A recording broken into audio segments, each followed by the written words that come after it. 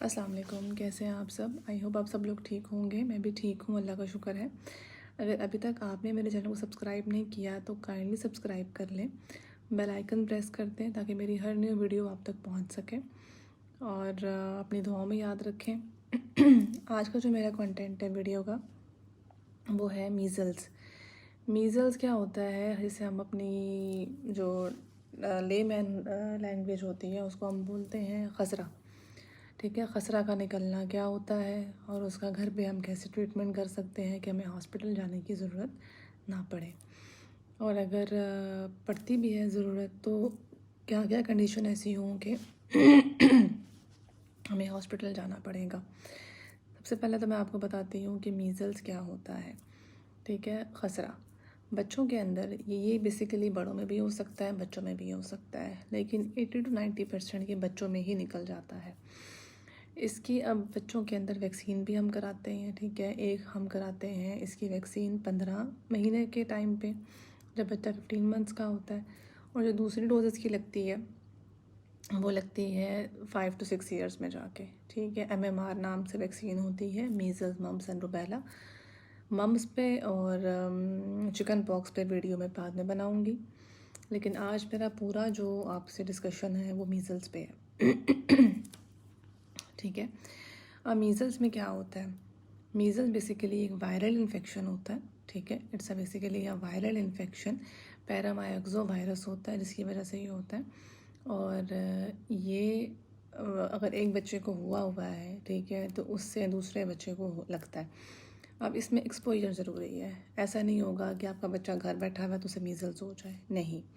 जब तक वो किसी मीज़ल्स वाले बच्चे के पास नहीं जाएगा या कोई मीज़ल्स वाला बच्चा उसके पास नहीं आएगा, तब तक उसे इन्फेक्शन नहीं होगा। ठीक है, अब ये इन्फेक्शन कैसे होता है? इन्फेक्शन ऐसे होता है कि ये खांसने से, छींकने से फैलता है। ठीक है, जैसे ड्रॉप्स निकलते हैं, हम मुँह के आगे हाथ नहीं रखते, टच से भी फैल जाता है। किसी बच्चे को रैश निकले हुए हैं, इसके दाने निकले हुए हैं, उस बच्चे ने आके दूसरे बच्चे को हाथ भी लगाया है तो उससे भी ये फैल जाएगा। ऐसी भी बीमारियों को हम बोलते हैं इन्फेक्शियस डिजीज़। ठीक है, इनको हम बोलते हैं इन्फेक्शियस डिजीज़, जो बेसिकली इस तरह से फैलती हैं जैसे कि कोई वायरस फैलता हो। अब हमारे पास क्या है, इसकी 4 स्टेजेस होती हैं। एक होता है इंक्यूबेशन पीरियड, दूसरी स्टेज जो इसकी होती है वो प्रोडॉर्मल फेज़ हम उसे बोलते हैं, जो तीसरी स्टेज होती है वो एरेप्टिव होती है, और चौथी जो होती है वो कन्वलेसेंट होती है। मैं बताती हूँ उसमें क्या क्या होता है। इंक्यूबेशन पीरियड ये होता है कि जैसे फॉर एग्जांपल किसी बच्चे को इन्फेक्शन लग गया है, ठीक है, अब जब तक उसमें बीमारी डेवलप होगी वो पूरा टाइम पीरियड उसका इंक्यूबेशन पीरियड रहेगा। वो 10 to 14 डेज़ होता है। ठीक है, कि कोई वायरस एंटर हो गया है बॉडी में तो वो 2 हफ्ते लगाएगा बीमारी के सिम्टम्स बनाने में, मतलब उसको बुखार होने में, खांसी स्टार्ट होने में, ज़ुकाम होने में तकरीबन 2 हफ्ते का टाइम लगेगा। उसके बाद आती है प्रोडॉर्मल स्टेज। प्रोडॉर्मल स्टेज में क्या होता है? प्रोडॉर्मल स्टेज में बच्चे को क्या होगा? फीवर होगा, बुखार इसको बोलते हैं, कंजक्टिवाइटिस हो जाता है, या हमारे आँखों का जो वाइट वाला एरिया होता है ना, इसको हम बोलते हैं सिक्लेरा। जो इसके अंदर नीचे ये वाला एरिया जो आपको रेड नज़र आ रहा है, डेट इज़ कंजक्टाइवा, अंदर वाली चीज़। ठीक है, तो ये इसका इन्फेक्शन हो जाएगा, आँखें खून की तरह लाल होंगी। ठीक है, उसके अलावा उसे जो तीसरी चीज़ होती है वो होती है कोराइज़ा। उसमें हम क्या होता है, उसमें आँखों से पानी निकलता है, नाक से पानी निकलता है। ठीक है, इसके अलावा बच्चों में डायरिया हो जाता है, स्वेटिंग बहुत ज़्यादा होगी। तो ये चीज़ें जो ये तीनों चीज़ें जो होती हैं ये प्रोडॉर्मल स्टेज के अंदर होती हैं। जो पहली स्टेज, जो दूसरी स्टेज मैंने आपको बताई है, पहली इंक्यूबेशन, दूसरी प्रोडॉर्मल। अब ये इन्फेक्टिविटी वाली स्टेज होती है। अगर किसी बच्चे को बुखार है, उसको गले में दर्द है, ठीक है, या साथ उसको ज़ुकाम हुआ है, उसके नाक से, आँख से पानी बह रहा है, ठीक है, उसका स्वेटिंग हो रही है और उसको बुखार 103, 104, 105 पर है, तो कोशिश करें कि उस बच्चे को सेपरेट कर दें।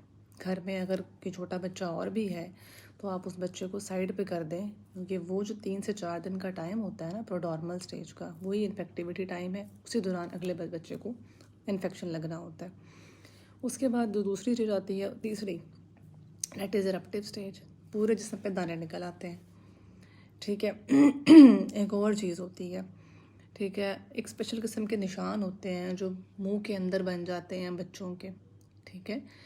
और वो जो स्पॉट्स होते हैं बेसिकली वो सिर्फ डॉक्टर ही देख सकता है, लेकिन अगर मदर भी देखे कि बच्चे के मुंह के अंदर निशान है, बुखार भी है, ज़ुकाम भी है, ठीक है, आंखें भी बह रही हैं और मुंह के अंदर जो है वो जो आपकी कुछ स्पॉट्स होते हैं, ठीक है, वो बेसिकली हमारे पास कॉप्लेक्स स्पॉट्स होते हैं जो ज़ुबान के इर्द गिर्द भी हो जाते हैं, ठीक है, और आपकी ये सारे एरिया में चीक्स के अंदर भी नज़र आने को मतलब नज़र आएंगे।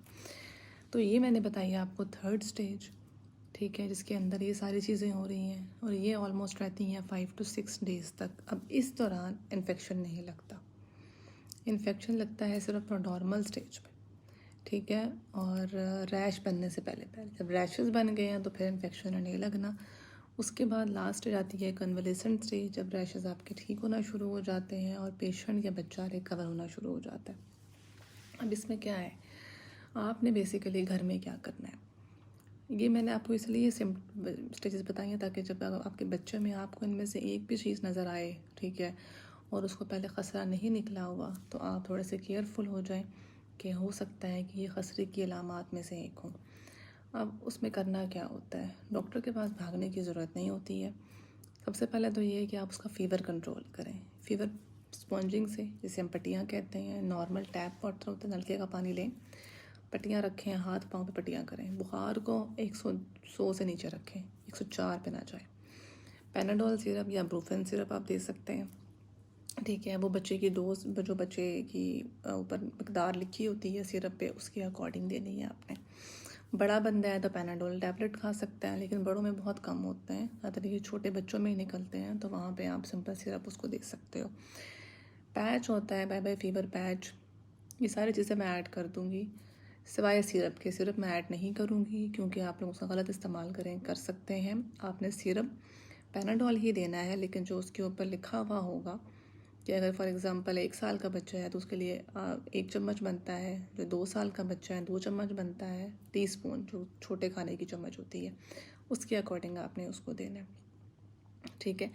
और बुखार की सूरत में देना है, अगर बुखार नहीं हो रहा तो नहीं देना, ठीक है, क्योंकि बुखार तेज़ होता है और पट्टियों से भी कम नहीं हो रहा, ठीक है, तो फिर आपने चेकअप करवा लेना है। पट्टियाँ कर ली आपने, पैच लगा लिया आपने, बाय बाय फीवर पैच होता है, वो आप माथे पे भी लगा सकते हैं, कमर पे भी बच्चे के लगा सकते हैं। वो 8 घंटे तक फीवर नहीं होने देता, कंट्रोल कर लेता है फीवर को। नहलाना बिल्कुल नहीं है, क्योंकि अक्सर जो होते हैं ना वो टोटके वही होते हैं जिन्हें नहला दो डायरेक्ट ठंडा। जब आप डायरेक्ट देखें कोई भी चीज़ है, चाहे वो बुखार है चाहे वो कोई भी चीज़, जब आप उसको डायरेक्ट ज़ीरो पे लेके आओगे, ठीक है, तो वो चीज़ बहुत डेंजरस होती है, पैरालाइज हो सकता है बच्चा, ठीक है। आपने कभी भी डायरेक्ट ज़ीरो पे लेके नहीं आना, हमेशा उसको आहिस्ता आहिस्ता आहिस्ता आहिस्ता कम करना है, और वो पट्टियों से ही कम होगा। इसके अलावा आप उसे सिरप टी डे स्टार्ट कर दें, छोटा चम्मच रोज़ रात को, ठीक है। और ये 2 सिरप मैंने बताए हैं, पैनाडोल और टी डे। और टी डे आपने सिर्फ 3 से 4 दिन देना है, उसके बाद नहीं देना। पैनाडोल आप दे सकते हैं दिन में 3 से 3 दफ़ा दे सकते हैं, ठीक है, या हर 8 घंटे बाद 1 चम्मच दे सकते हैं पैनाडोल का।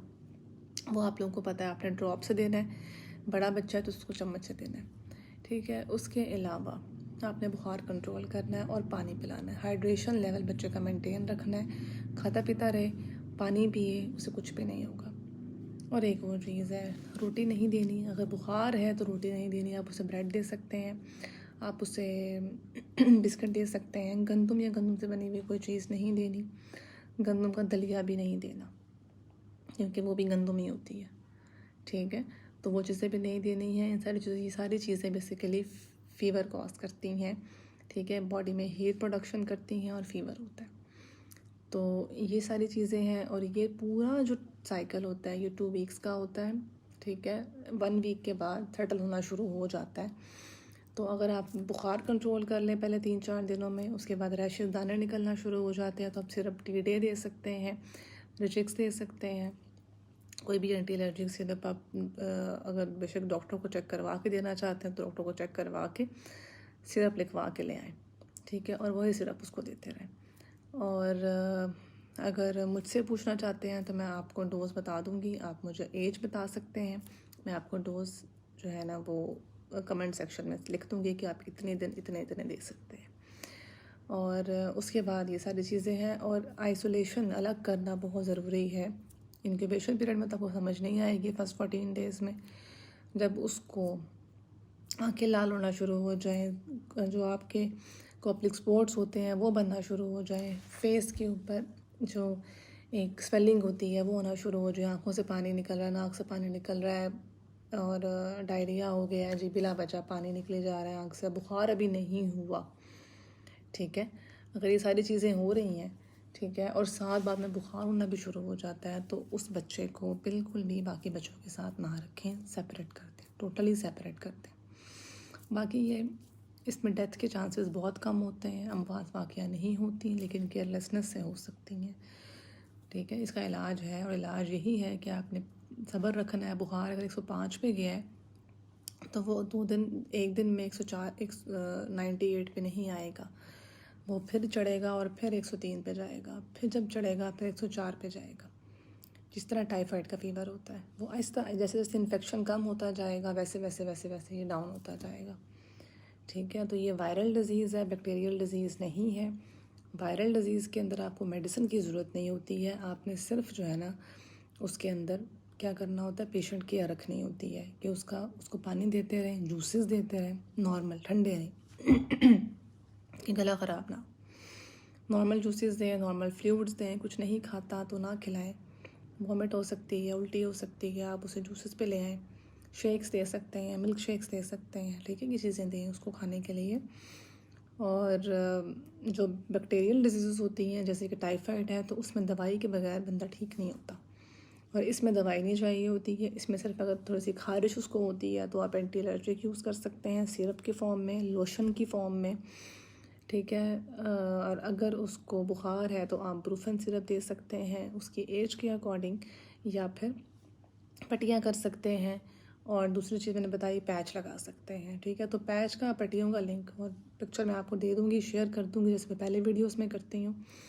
अब नेक्स्ट वीडियो में चिकन पॉक्स पे बनाऊँगी, उस पर मैंने इसलिए बनाई कि उसकी 1-2 टाइप्स होती हैं, ठीक है, जो बड़ों में भी हो जाती हैं, तो इसलिए उसकी वीडियो मैं अलग से बनाऊँगी। आई होप मेरी वीडियो आपको अच्छी लगी होगी, इन्फॉर्मेटिव होगी, कोई ना कोई मालूमात आपको इससे मिली होगी। अपनी दुआओं में याद रखें, लाइक शेयर कमेंट ज़रूर करें, कोई क्वेश्चन है तो वो ज़रूर पूछें।